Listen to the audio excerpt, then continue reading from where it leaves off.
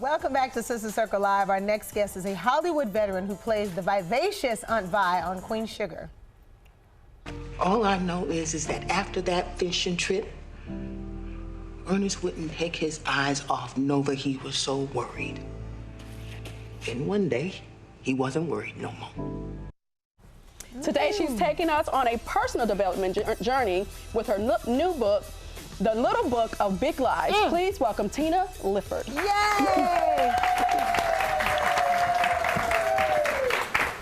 Hey, lady. Hello, pretty lady. How are you? Hi, Tina. How are you, Clyde? How you doing, baby? I'm so very You well. look good. You look amazing. I like this whole little setup you got here. Well, you know, I told you I have a great stylist. You do. Every time, Bowling. I love Jay Bowling. Don't you love him? When I tell you, he's just so good at what he does. He's a great guy. You show up every time you come down here. So you did your thing, Jay.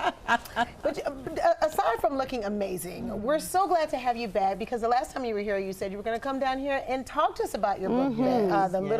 It's the little big, what is it? The Little Book of Big Lies, honey. You know, the people tell big lies. The book is little, but the lies are big. The lies are big. That's what it is. What inspired you to write this book? Well, you know, I wrote the book that I wish I had been able to read when I was navigating, you know, the beginning of my journey into inner fitness. Yeah. You know, being able to take my power back from, you know, those hurts, dramas, traumas, upsets, and disappointments that nobody talks about. Yeah. That stuff that lives inside unresolved and sort of begins to control you and dictate, you know, who you are and what you like, what you don't like, what you're afraid of. And I not only did I need to take my power back, I knew that there were so many other people who wanted the same kind of power. And guidance to do so. Absolutely. To get that powder. Absolutely. Absolutely.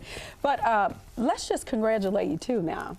Season 5 of Queen Sugar. Yeah. That is amazing. I'm like, it's already been on for 5 years, 5 seasons already? I'm telling you, it is the most amazing thing when you ladies know, when you step into something, particularly in entertainment. You just don't know how long it's going to last. You have no idea. You know, the shelf life is oftentimes quite short. Yes. And this is 5 seasons. Season 4, I think, was one of our best seasons.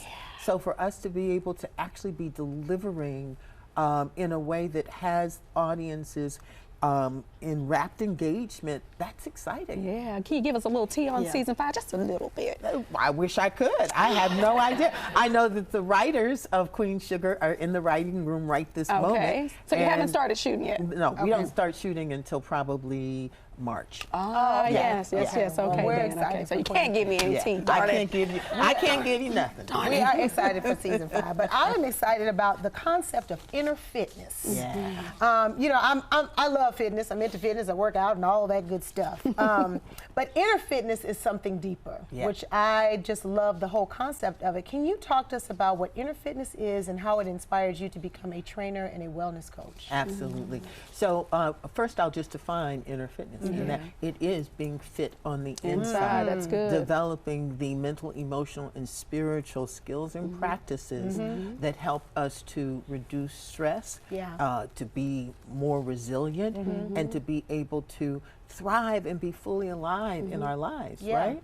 And when you think about it, it just doesn't make sense that we put all of this attention on physical fitness and completely ignore the inside. Absolutely. So you look great, but you're in feel pain. terrible. Absolutely. How do you start doing that? How do you create inner health and well-being? How do you do that, Tina? One of the first steps to taking charge of yourself, your inner self, is to acknowledge that you have some issues. Well, that you have a self inside that needs attention, that has nurturing needs and concern. Absolutely, yes, absolutely. And then the most amazing thing that you can do is to begin to observe that self. You know, pretend like you are watching your life, like you're watching a movie. And when you're watching a movie, you can see a whole lot more than the characters who are in the movie. That is so right? true, so true. When you start watching your life, you'll begin to see things that you're doing that you don't want to do anymore. And then my book, The Little Book of Big Lies, will show you how to move through that. Navigation, Well, Tina, I like that. Let me tell you, it's always a pleasure having you down to the circle. Be sure to follow Tina on Instagram at Tina Lifford and pick up her book so you can start your journey to inner fitness today. And if you're staying with us for the full hour, she's coming to the table, and the conversations always continues to Circle TV on all social media platforms. Oh, yeah. And we are back with Sister Circle Live, and we're at the table with the amazing Tina Lifford. Your book is called The Little Book of Big Lies. Big Lies. Journey into Inner Fitness. Tina, help us break free from the lies. Yes. We're trying to just get rid of the lies. And the lies are a lot of the things that we've told ourselves over the years, thoughts, beliefs, and behaviors, baggage that we need to unpack. Tell us a little bit about how that work is done. So, you know, the most important thing is for each one of us to recognize that we have an inner self. And just like you have a physical body, you have a self that needs nurturing, you know, time and attention.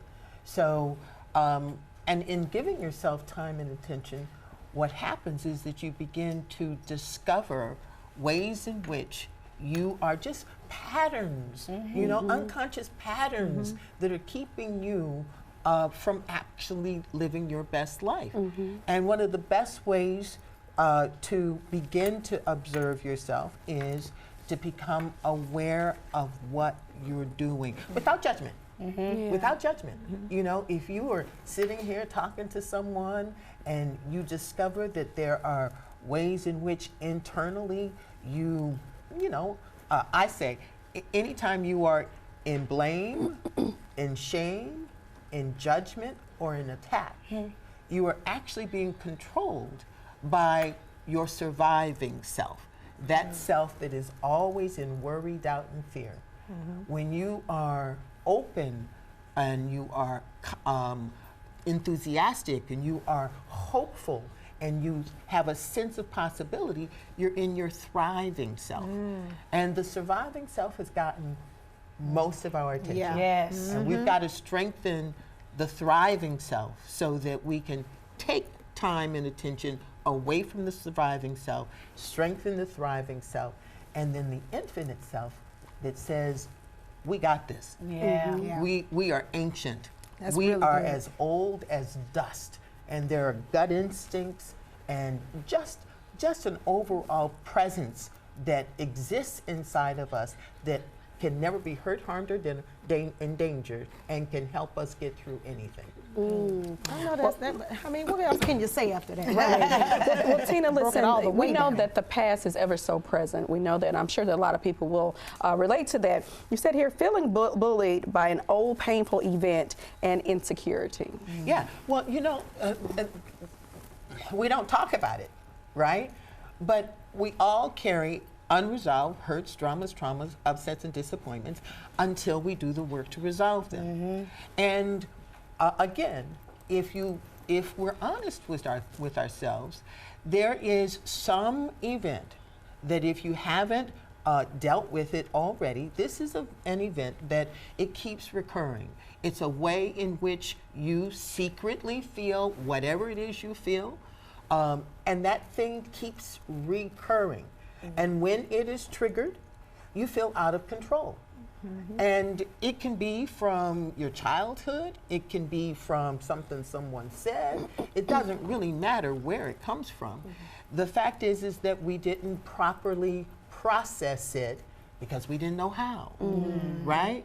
But now that we are adults, there are actual processes, there are steps we can take to help that early experience now properly processed. What do you say to the people who are still running from things that hurt them, running from things that possibly happened during their childhood? What do you say to them? How can they stop for a moment and really break through and really say, I'm going to stand up in the face of adversity. This time it will not happen. Yeah. Well, first off, we have to believe that we have a self that is capable of that, right?